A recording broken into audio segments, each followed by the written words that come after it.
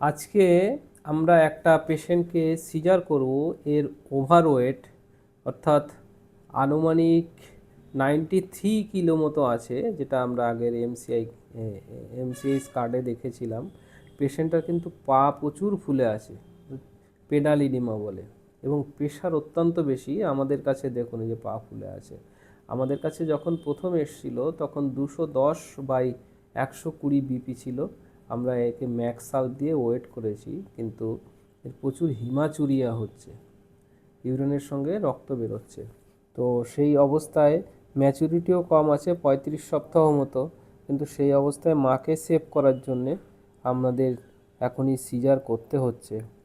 এবার আমরা সিজার করব, করার পরে একে সিসিউতে শিফট করব। হ্যাঁ, বাচ্চাটা 10টা 33 হয়েছে। বাচ্চাটা এখন ভালো আছে, এসএনসিএর ডক্টর দেখে গেছে। এখন স্যার রিপেয়ার করছেন। Thank you. শুনুন, ওর তো প্রেশার অনেকটা বেশি, বুঝেছো মা? আমরা সিজার করলাম, খুব রিস্কের পেশেন্ট, সিজার করে দিয়েছি। এবার আমরা সিসিউতে পাঠিয়েছি মাকে, ওখানে ট্রিটমেন্ট হবে। বাচ্চা ভালো আছে তো? বাচ্চা দেখেছেন? একদম টনটনা বাচ্চা। ওর প্রেশারটা আমার যেটা মনে হচ্ছে একটু আগের থেকেই বেশি ছিল। সেটা হয়তো কোনো কারণে ধরা পড়েনি মা, সেটা তো বলতে পারবো না। সবার অভিজ্ঞতা ওর সমান না, সবাই তো চোখ দেখে বলতে পারবে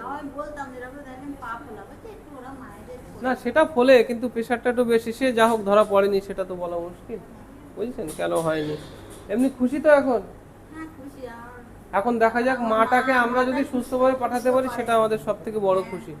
ঠিক আছে, দেখা যাক।